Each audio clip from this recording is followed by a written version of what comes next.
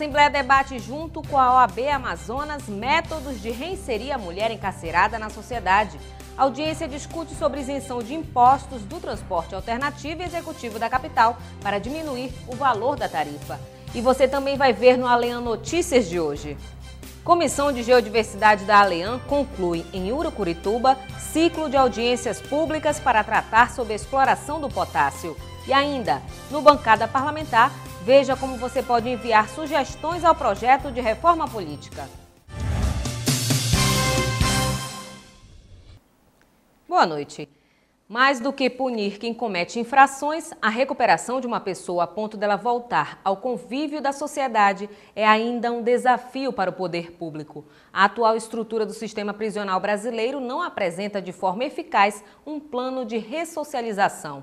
Uma audiência pública na Assembleia debateu o assunto nesta segunda-feira, com foco na mulher encarcerada. A proposta foi das comissões da Mulher da OAB e da Assembleia Legislativa. Em todo o Amazonas, há 9.000 pessoas cumprindo pena nos presídios. Desse total, aproximadamente 1.000 são mulheres. A falta de uma estrutura adequada e políticas voltadas a essas pessoas dificultam a ressocialização delas na sociedade. E essa recuperação é um direito que está garantido em lei. Os direitos básicos da população carcerária estão previstos na Lei das Execuções Penais, que corresponde à Lei 7.210, de 84. E a Defensoria Pública da União é responsável, entre outras atribuições, por velar pela preservação dos direitos humanos, inclusive da população carcerária. Por isso, em busca do fortalecimento de ações que permitem o cumprimento da lei, a Comissão da Mulher, das Famílias e do Idoso da Assembleia Legislativa promoveu nesta segunda-feira a audiência pública Humanizar para Ressocializar, que contou com a participação de representantes de várias entidades. Para a presidente da comissão, deputada Conceição Sampaio, mesmo a lei de execução penal garantindo a ressocialização dos presos, não é o que acontece hoje e, por isso, o poder público precisa agir para que a lei seja cumprida. Uma pessoa que comete um ato ilícito precisa pagar com a sua liberdade. Agora a gente precisa ter verdadeiramente a lei sendo cumprida. E nós não temos no sistema penitenciário deste país a ressocialização garantida. Então a lei diz uma coisa, mas a prática demonstra outra situação. E nós, enquanto sociedade, a gente precisa cobrar. O evento foi realizado em parceria com a Comissão da Mulher da Ordem dos Advogados do Brasil, presidida pela advogada Gláucia Soares, que diz ser necessária a conscientização da sociedade sobre a situação das mulheres encarceradas.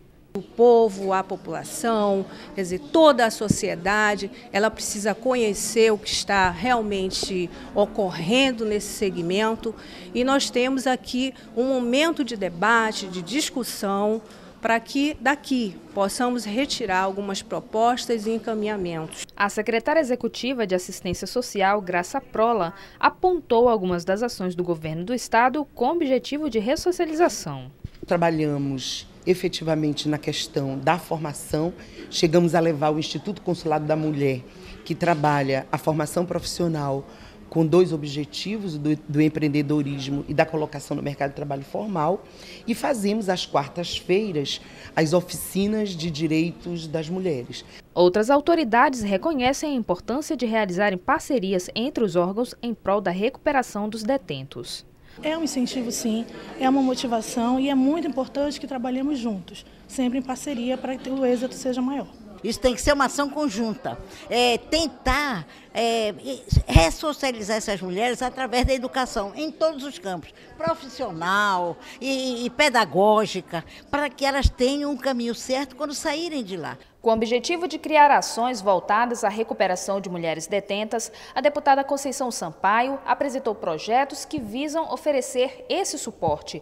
Um deles é o que institui a política de direitos humanos de assistência aos filhos das mulheres encarceradas, de forma a garantir segurança, saúde, atendimento psicológico e outros direitos a essas crianças. E uma outra audiência pública na Assembleia nesta segunda-feira discutiu a viabilidade de isenção do pagamento do IPVA e desconto no ICMS das empresas que fazem o transporte alternativo e executivo da capital. O debate foi conduzido pelo deputado Marcelo Ramos. Estopim das manifestações que aconteceram no país em junho deste ano, o valor da tarifa do transporte coletivo é um dos indicadores mais delicados para a gestão do Poder Executivo. De um lado, as empresas com a meta de cortar custos e aumentar o lucro. Do outro, a população, que cobra excelência no serviço e tarifa sempre mais barata. O juiz nessa batalha é o poder público, que precisa intermediar interesses de ambas as partes para se chegar a um transporte de qualidade custeado por uma tarifa justa. No segundo semestre de 2013, o valor baixou em todo o país. Na capital do Amazonas, as linhas regulares de ônibus passaram de R$ 3,00 para R$ 2,75. O valor foi atingido por meio de isenção de impostos, tanto por parte do governo federal quanto do estadual, como o ICMS aplicado no combustível dos veículos. Porém, outros sistemas que abastecem a capital continuam operando e ainda não foram atingidos pelos benefícios. A audiência pública realizada na Assembleia Legislativa do Amazonas pela Comissão de Transporte da Casa, presidida pelo deputado Marcelo Ramos, discutiu a situação, juntamente com o poder público e cooperativas. Nós somos 260 micro-ônibus que estamos integralizados no sistema, com temporal, carregando idosos, todos os direitos e obrigações que o convencional tem, nós também temos. Estamos integralizados no sistema. Só que o transporte convencional, eles têm a isenção do ICMS e nós do alternativo não temos. Eles têm a isenção do IPVA e nós não temos. Então todos os direitos e obrigações que eles têm, nós também temos. Então nós queremos direito também da isenção do ICMS e do IPVA. Além dos micro-ônibus alternativos, os executivos também pleiteiam os benefícios. Contribuir para as cooperativas de transporte executivo, proporcionar uma tarifa mais justa para os nossos usuários, que hoje se encontram em R$ 4,20. Nós achamos a categoria que é uma tarifa não adequada para o sistema. Para receber o benefício, as empresas de ônibus ficam obrigadas a apresentar o chassi, a placa e o ano de fabricação dos ônibus, bem como informar ao poder público a relação de veículos beneficiados por essa isenção. Esse é o principal obstáculo para as cooperativas executivas e alternativas. De acordo com o titular da Superintendência Municipal de Transportes Urbanos, o setor ainda não está regularizado. Porém, a Prefeitura vê com bons olhos a concessão dos benefícios. Hoje, tanto o executivo como o alternativo ainda vão passar por um processo de licitação, né? E isso também depende muito do governo e do prefeito. Quer dizer, a partir da licitação, da operação normal, é que a gente vai checar a necessidade ou não. Mas, de qualquer maneira, a ideia é boa. O presidente da Comissão de Transportes da Casa, o deputado Marcelo Ramos, é a favor da pauta das cooperativas. O governo do estado garante isenção de ICMS no combustível do transporte urbano e agora também do IPVA.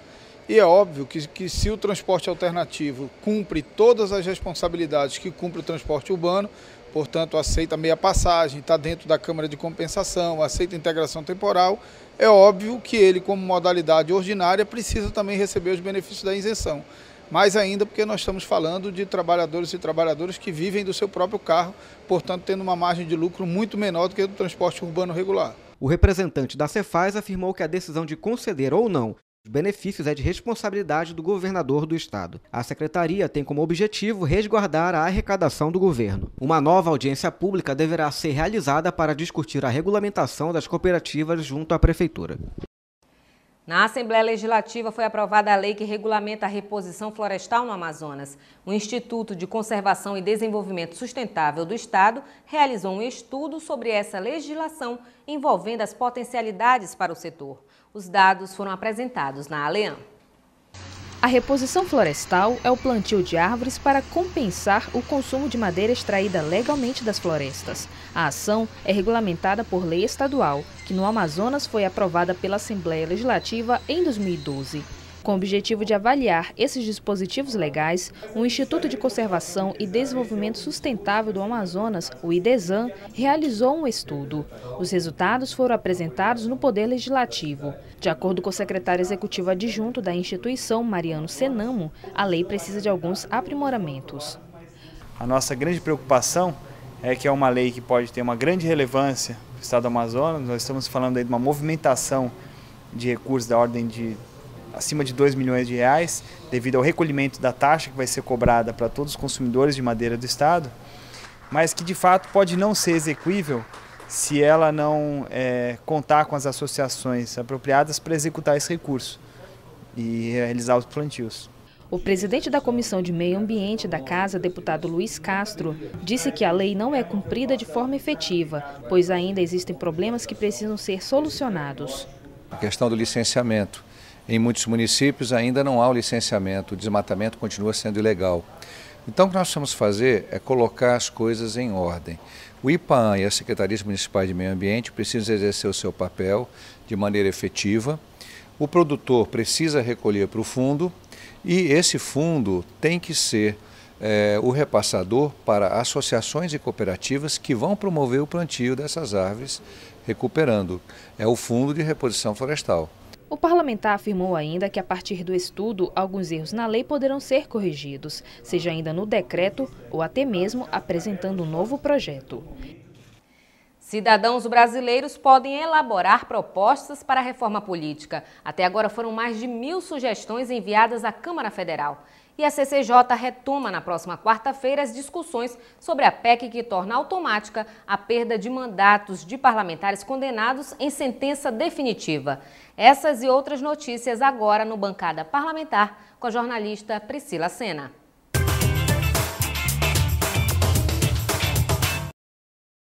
Olá, seja bem-vindo ao Bancada Parlamentar de hoje. O coordenador do grupo de trabalho que elabora propostas sobre a reforma política e a consulta popular sobre o assunto, deputado Cândido Vacarezza, do PT de São Paulo, afirmou que os canais de participação popular da Câmara Federal vêm recebendo mensagens de cidadãos com sugestões para a proposta.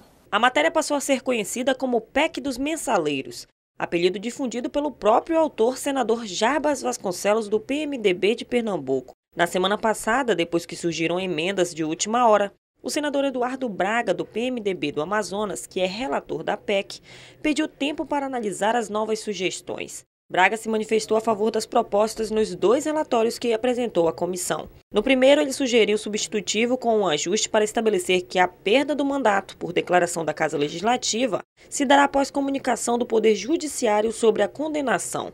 Em julho, o senador Antônio Carlos Rodrigues, do PR de São Paulo, pediu vista e conseguiu o adiamento. Depois apresentou emenda, o que levou Braga a apresentar o segundo relatório, considerando que as alterações de Rodrigues aperfeiçoavam o substitutivo. Braga afirmou ainda que, desse modo, o Legislativo não irá introduzir novidade em relação ao que foi decidido pelo Judiciário com a ampliação da pena aplicada sem dar ampla possibilidade de defesa. Na próxima quarta-feira, o assunto voltará a ser discutido no Senado. O estacionamento irregular em vagas reservadas para idoso ou pessoa com deficiência física é tema de análise na CCJ, que deverá votar nesta quarta-feira o substitutivo do senador Aníbal Diniz a projeto de lei da Câmara que muda o Código de Trânsito Brasileiro para tornar essa infração grave. Isso porque o projeto de lei complementar 99/2007 pretendia estabelecer como infração gravíssima o estacionamento não autorizado em vaga destinada a deficientes físicos. Aníbal afirmou que a classificação seria excessiva. Segundo ele, a irregularidade não representa ameaça à segurança do trânsito ou de terceiros. A Comissão de Constituição, Justiça e Cidadania retoma a discussão sobre o texto da proposta de emenda à Constituição 18/2013, que determina a perda automática dos mandados de parlamentares condenados por improbidade administrativa ou crime contra a administração pública. A discussão será retomada por conta de surgimento de novas propostas à PEC. Atualmente estão sendo discutidos 200 tópicos sobre pontos polêmicos da reforma, como o voto facultativo nas eleições e o voto aberto em todos os tipos de votação na Câmara e no Senado. Foram mais de 1000 sugestões recebidas pelos canais de participação popular da Câmara, entre elas o fim do voto obrigatório, o fim da reeleição ou limitação de eleições para qualquer cargo e o fim da imunidade parlamentar. Os deputados que fazem parte do grupo de trabalho se mostraram atentos às sugestões e prometeram levá-las em consideração na elaboração das propostas. De acordo com Cândido Vacarezza, todas as sugestões serão debatidas. O parlamentar afirmou ainda que isso não significa que serão aprovadas. Quem quiser dar sugestões ou apenas acompanhar o debate, é só acessar a comunidade virtual no edemocracia.câmara.leg.br ou pelo telefone 0800 619 619. A Comissão de Seguridade Social e Família na Câmara Federal irá receber na próxima quarta-feira o ministro da Saúde, Alexandre Padilha, para prestar esclarecimentos sobre os critérios implementados para a vinda de médicos estrangeiros para o Brasil. Os deputados também querem ouvir do ministro explicações sobre o relatório do Tribunal de Contas da União, que mostrou que o Ministério da Saúde deixou de aplicar 17 bilhões no setor da saúde em 2012. E o Bancada Parlamentar de hoje fica por aqui, mas na próxima semana estaremos de volta com mais informações sobre o cenário político do Amazonas e do Brasil. Até lá!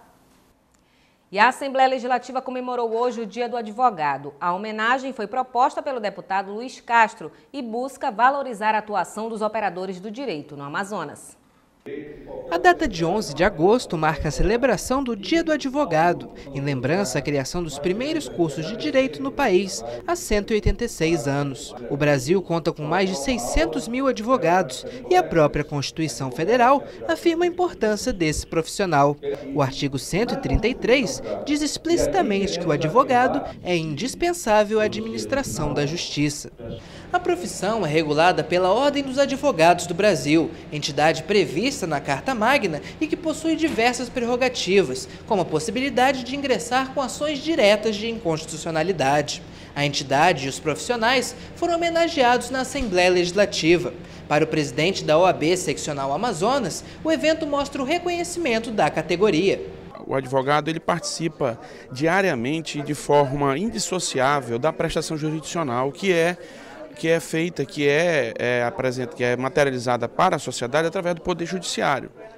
No entanto, o funcionamento de todos os poderes, tanto o judiciário, tanto o executivo como o legislativo, eles dependem intrinsecamente da participação de um profissional do direito, dos seus assessores, a própria procuradoria da Assembleia e a Assembleia Legislativa viu para prestar essa homenagem a importância do advogado para a sociedade. Durante a sessão especial, diversos profissionais que se destacaram foram lembrados e receberam placas comemorativas. Membros da Defensoria Pública, desembargadores oriundos do 5º Constitucional reservado aos advogados e professores da Faculdade de Direito da Universidade Federal do Amazonas também foram homenageados. O serviço público ele tem uma grande função. É servir. E a Universidade Federal do Amazonas não tem feito outra coisa senão servir a comunidade. E é esse o orgulho que nós temos desta universidade, que somada ao EA, que somada às faculdades particulares, elas representam um imenso ganho de saber em benefício da população do Amazonas. A sessão especial foi proposta pelo deputado Luiz Castro. Segundo o parlamentar, o papel do advogado é fundamental para a manutenção da democracia e da justiça. Com uma categoria profissional importantíssima para a sociedade, que precisa ser referenciada e valorizada em toda a sua amplitude de atuação, não só do ponto de vista de uma profissão que é importante para que o judiciário funcione, aliás, é essencial, mas também o seu papel no exercício da cidadania. Você veja a Defensoria Pública, a Comissão de Direitos Humanos da OAB, o papel importantíssimo da OAB nas articulações para a reforma política, para mudanças de leis, de legislação nacional, infraconstitucional e constitucional, ou seja, a instituição OAB e o profissional advogado são muito importantes.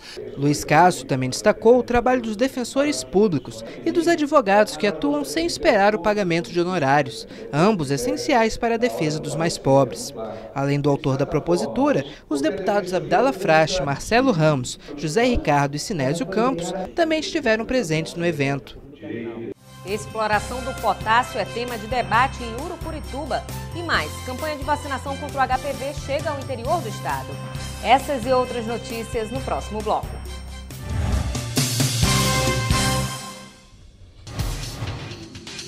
Quer saber mais sobre o que está acontecendo na Assembleia Legislativa? Acompanhe seu deputado também pelo site, onde você encontra a agenda de eventos, notícias do Parlamento e muito mais. Acesse www.aleam.gov.br. Assembleia Legislativa, cuidando da nossa gente.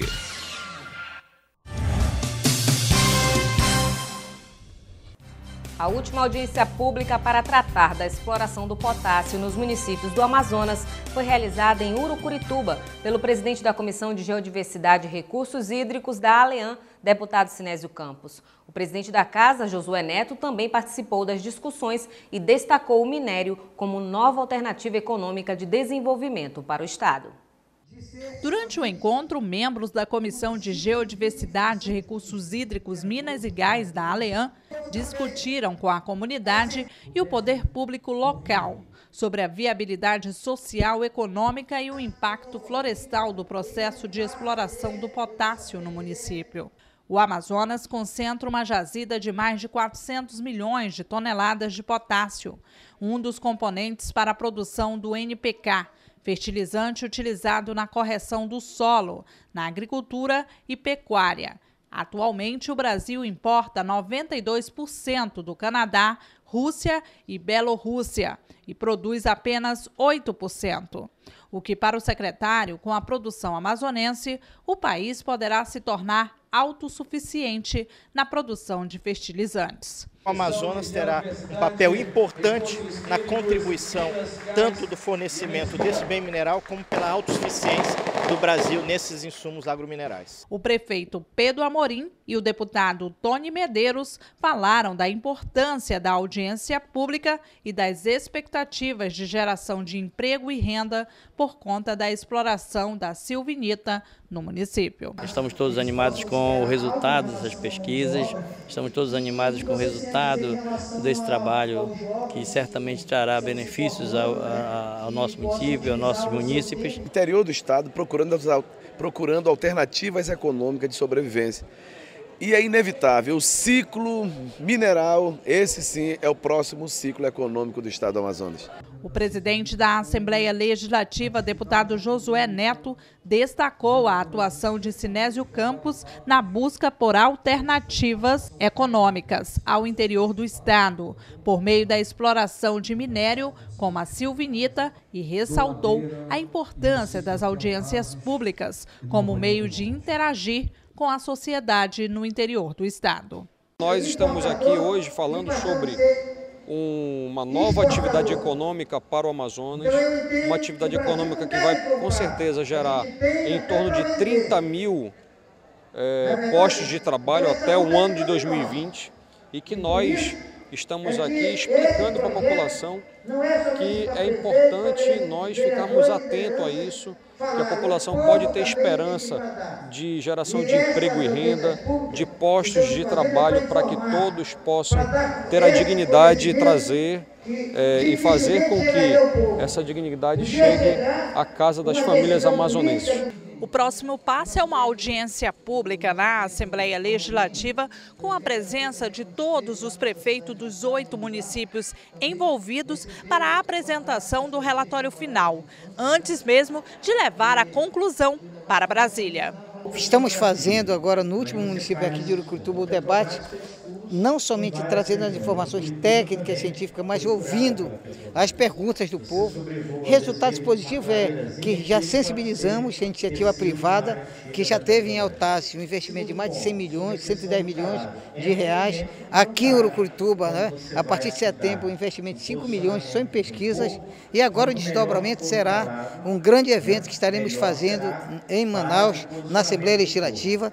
O encontro em Urucurituba contou ainda com a participação do diretor-presidente do Instituto de Proteção Ambiental do Amazonas, Antônio Strovski, do gerente da Agência de Desenvolvimento Sustentável do Amazonas, Charles Ozawa, do geólogo do Departamento Nacional de Pesquisas Minerais, Fred Cruz, e de prefeitos que integram o Fórum dos Municípios Mineradores e Exploradores das regiões dos rios Madeira e Amazonas.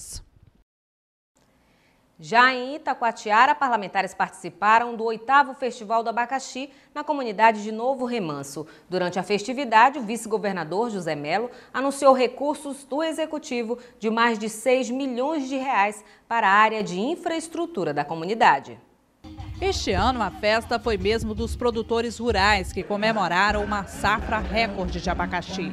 Na área do Novo Remanso, além da produção do abacaxi, outras frutas e hortaliças são produzidas. Ao todo, são 600 agricultores responsáveis por uma produção anual, mais de 100 mil toneladas de frutas e hortaliças, com destaque ao abacaxi, que representa aproximadamente 60% dessa produção e faz de Novo Remanso o maior produtor da fruta no Amazonas. O que o governador anunciou hoje aqui será o incentivo para aumentar a produção para os próximos anos. Nós vamos ter uma produção porque vamos ter qualidade na estrada.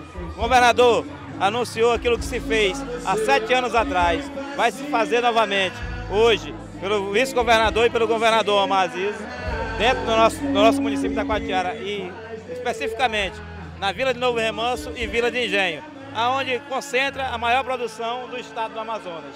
O presidente da Assembleia Legislativa, deputado Josué Neto, o vice-governador José Melo e o deputado Sidney Leite ressaltaram a importância da festa e falaram dos investimentos que vão acontecer em Novo Remanso, na área de infraestrutura, com recursos do governo do estado e de mais de 6 milhões de reais. É uma região de um povo trabalhador e esse povo precisa escoar sua produção.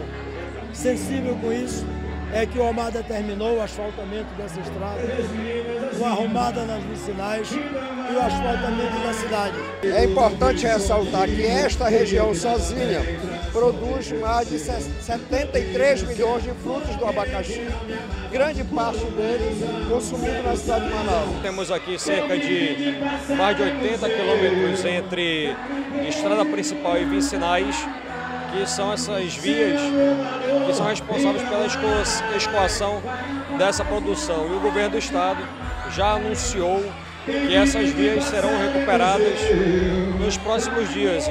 A população de Novo Remanso comemorou com a atração musical que ficou por conta do cantor latino.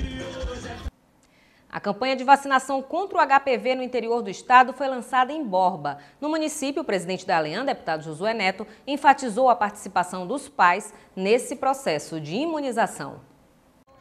A estimativa é que sejam vacinadas pouco mais de 116 mil meninas de 11 a 13 anos de idade. Segundo a Secretaria Estadual de Saúde, todas as comunidades rurais e ribeirinhas de todas as escolas da rede pública e particular de ensino serão visitadas. As estudantes Raikla de Souza e Aracide Almeida, ambas de 11 anos, falaram da importância da vacinação contra o HPV. Muito bom, porque eles ajudam as pessoas a não ter essa doença. Eles ajudam a gente a ter um futuro melhor. Eu quero que essa doença não pegue em mim. O município de Borba foi escolhido como ponto de partida para a campanha contra o HPV. Segundo o prefeito José Maria Bahia, serão vacinadas mais de 6 mil meninas. Empenho total. Nós temos 114 agentes de saúde, nós temos postos de saúde do interior na cidade, nós temos 6 UBSs na cidade e a gente já fez essa campanha anteriormente conscientizando a população até esse evento. E a maioria já está consciente que tem que cuidar realmente da família das crianças. O governador Omar Aziz disse que o estado priorizou os investimentos na campanha de vacinação para que no futuro essas jovens não desenvolvam a doença. A maior incidência de câncer de colo de útero no Brasil é no estado do Amazonas. Essa iniciativa nossa visa principalmente acabar com essa incidência grande e futuramente você extinguir essa doença do nosso estado.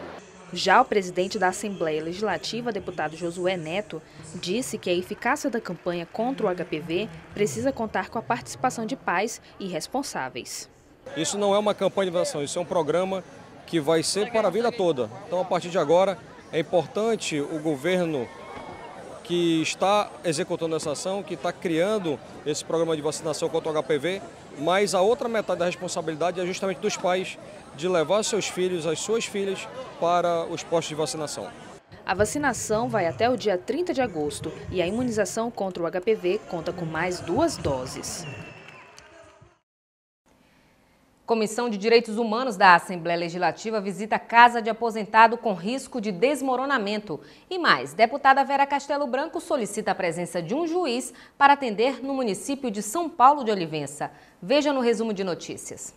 Comissão de Direitos Humanos da Assembleia Legislativa visita a casa de aposentado localizada no bairro Alfredo Nascimento, zona norte de Manaus, que está com risco de desmoronamento. O presidente da comissão, deputado Abdala Frache, afirmou que encaminhará o caso aos órgãos de assistência social dos governos municipal e estadual.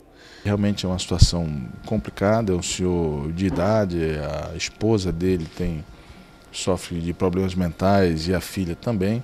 Então a situação lá está bem crítica, bem complicada, e a gente vai tentar, através da Comissão dos Direitos Humanos e Cidadania, fazer um encaminhamento aos órgãos competentes para isso, Secretaria de Ação Social, Governo do Estado, da Prefeitura, para que aquela situação dele de risco possa ser resolvida aí o mais rápido possível. Deputada Vera Castelo Branco apresentou requerimento à mesa diretora da Assembleia, pedindo ao governador Omar Aziz e ao presidente do Tribunal de Justiça do Amazonas, desembargador Ari Moutinho, que providencie a presença de um juiz titular para atender a população do município de São Paulo de Olivença. De acordo com a parlamentar, as demandas da população e a proximidade das eleições aumentam a necessidade de um magistrado no local. Deputado Cabo Maciel formaliza pedido de 2 ambulâncias para prestar assistência médica à população ribeirinha dos municípios de Humaitá e Itacoatiara. Segundo o parlamentar, é grande o número de pessoas que se acidentam ou que são atacados por animais no meio da floresta e que muitas vezes perdem a vida por falta de socorro, devido à dificuldade que encontram para se deslocar à sede do município a fim de receber tratamento. Deputado Davi Almeida participa da abertura dos Jogos Juventude e Fé, realizado pela Igreja Evangélica Adventista.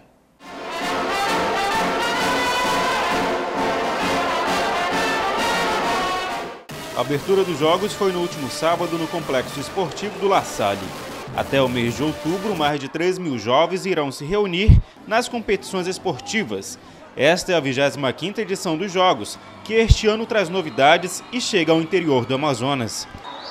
Parintins, Maués, Itacoatiara, Manacapuru, Altazes, Carauari, Quari, Tefé, Iranduba. Portanto, serão 9 municípios que serão também alcançados com essa programação que já acontece na sua 25ª edição, e nós queremos então interiorizar este evento para que os nossos irmãos interioranos também possam ser assistidos com o que você está vendo hoje. A primeira edição do evento reuniu jovens de 4 igrejas evangélicas. Hoje são mais de 160 equipes esportivas de todas as zonas da capital. As modalidades são futsal, vôlei e futebol society, nas categorias masculino e feminino. Para o pastor Luiz Aleluia, a competição é uma forma de atrair os jovens para a igreja e deixá-los mais perto de Deus. O jovem, ele tem momentos na sua vida, todos os momentos são áureos, né, para ele. Mas o momento de estar juntos com outros jovens, se recreando, então essa é a forma como nós conseguimos trazer eles para cá. Uma outra atividade, porque muitos deles poderiam ir para uma festa, uma outra coisa, uma balada, alguma coisa assim, e a nossa festa é espiritual. Essa festa aqui é espiritual, onde eles vêm se confraternizar, eles estão junto com os amigos, não tem briga, não tem negócio de estar, porque eu tenho que ganhar, não, eu quero estar junto com vocês. Então essa união faz com que a nossa fé fortaleça. É isso que nós estamos pregando aqui no Jogo da Nossa Juventude. O deputado pelo PSD, Davi Almeida, vice-presidente da Comissão de Esporte e Lazer da ALEAN, participou da abertura do evento e faz parte da comissão organizadora.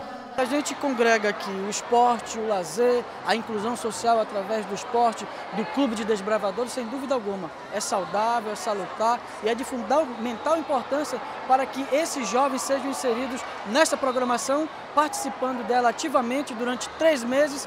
As competições serão realizadas aos sábados e domingos no Complexo Esportivo do La Salle, no Dom Pedro. E para homenagear os pais funcionários da Assembleia Legislativa e a Associação dos Servidores da ALEAN, realizaram um almoço comemorativo no último sábado. Passar momentos ao lado do filho no Dia dos Pais é um compromisso assumido por muitos, uma data para festejar com toda a família. Descrever a responsabilidade de ser pai é uma tarefa nada fácil. Eu tenho uma visão religiosa disso. Sou cristão católico, então eu entendo ser pai como uma bênção de Deus, uma dádiva de Deus. Ele deixa aquelas crianças para que eu tome conta, enquanto eles são menores. Confraternizar. Esse foi o objetivo do almoço realizado pela ALEAN e pela ASALE em comemoração ao Dia dos Pais. a associação e todos os funcionários, nos irmanamos com o presidente e a mesa diretora, agradecendo essa festa maravilhosa que ele está proporcionando aos nossos pais da Assembleia Legislativa. Servidor aposentado da Assembleia Legislativa e também ex-jogador profissional de futebol, Alberto Lima, conhecido como Sula, é pai de 5 filhos. Ele afirma que o período em que trabalhou na Casa Legislativa foi muito importante para a formação dos filhos. Isso é muito importante, principalmente para aqueles pessoal que estão há muitos anos, né, vindo aqui, estamos nos encontrando com os pessoal efetivo, os cargos comissionados, que eu conheço quase todos, porque eu vou constantemente na Assembleia. E é muito importante, porque nós travamos diálogo, conversamos, né? Aquilo que é bom para a Assembleia, aquilo que não é, e nós vamos seguindo aí. O deputado pelo PP, Adjuto Afonso, prestigiou o evento. Nós, como deputado, não poderíamos ficar ausentes, temos que estar presente, prestigiar e reconhecer ao vivo as pessoas e desejar a eles que a gente possa, ao longo deste resto de ano, ter um convívio fraterno, que a gente possa, ano que vem, estar junto novamente, Dia dos Pais, que as suas famílias, os pais possam ter orgulho dos seus filhos, possam ter o dia, possam ter recursos, possam dar orientações aos seus filhos, isso é que a gente pede. E eu acho importante que a Assembleia possa fazer isso.